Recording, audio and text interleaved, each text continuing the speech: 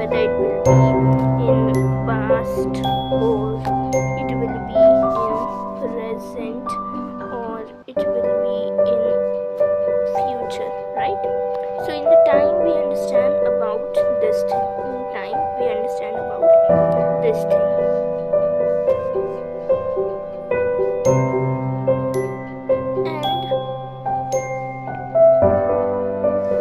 The basic structure, right?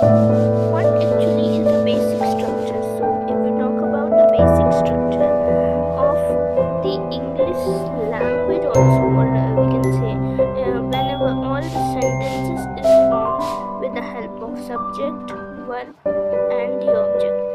In case of we can say tenses, we also use helping verb plus main verb. Helping verb can also be the main verb, but in tenses it is helping verb.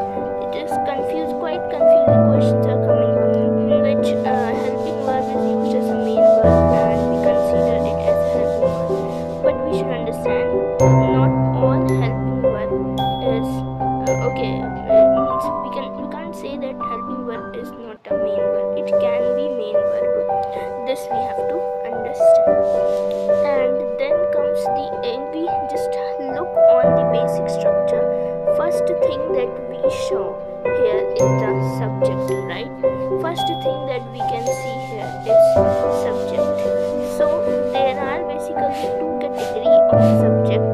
We are not talking about noun, but we are talking about the category. There are two categories. What are those two categories? Singular subject category, and plural category, right? In the singular category, we know only one thing is there, while in singular category, there are more than one thing, right? More than one. That is we should understand. Now, in the singular category subjects, there is he, she, it, and the name of the person, right? While in plural category we have I. Yes, we should understand I and you both comes under a plural category. That's why helping verb that we use, it is also in what we can say, that is also in plural, right? Now one more thing we will see this particular concept also because we most of the time get confused about it, so we will see it further in the next videos. Now comes the main verb, right? In the main verb we should understand that main verb V1 form is actually the base form, or we can say it is the original form, while V2 is the past tense, and V3 is the past participle, and V4 is the present participle, and V5 is S or ES form, or we can also say it as a singular form of the verb, right? V1 form. So we should understand this particular thing in a much better way, right? We should understand this in a much better way. V4 and then we have V5. In the V1 form, there is actually V1 form. It is actually known as base form, or also we can say original form, right? While V2 is the past tense form, right? And V3 is what? V3 is past participle. V3 is past participle, and V4. This is quite we should understand about this particular thing.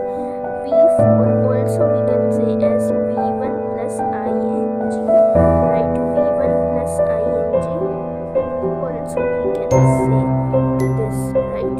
What we can say? We can say it as V1 plus ing, while V5 is actually V1 plus S or ES. When to use S or ES, where this part of tense we have to use, we will see it in the further next video. But for the time being, we should focus on verb, right? We should focus on verb. So for example,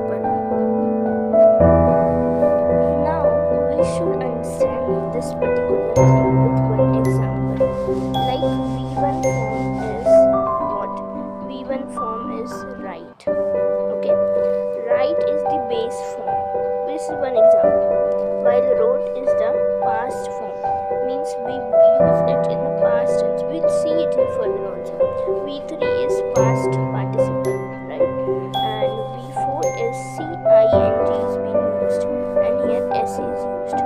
So this is one example like that.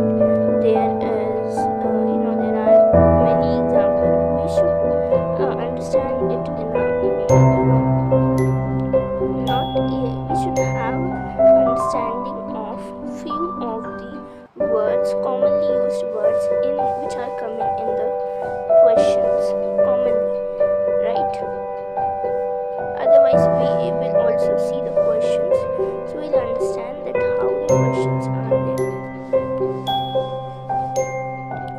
In the basic structure of the tense, we show about subject, we show about meaning. Object is also, we are not required to see this now, because object can be any other thing also. It could be preposition also, we can include and then write. So we do not have to see about object. Our main focus should be on the helping verb, which we will see in the next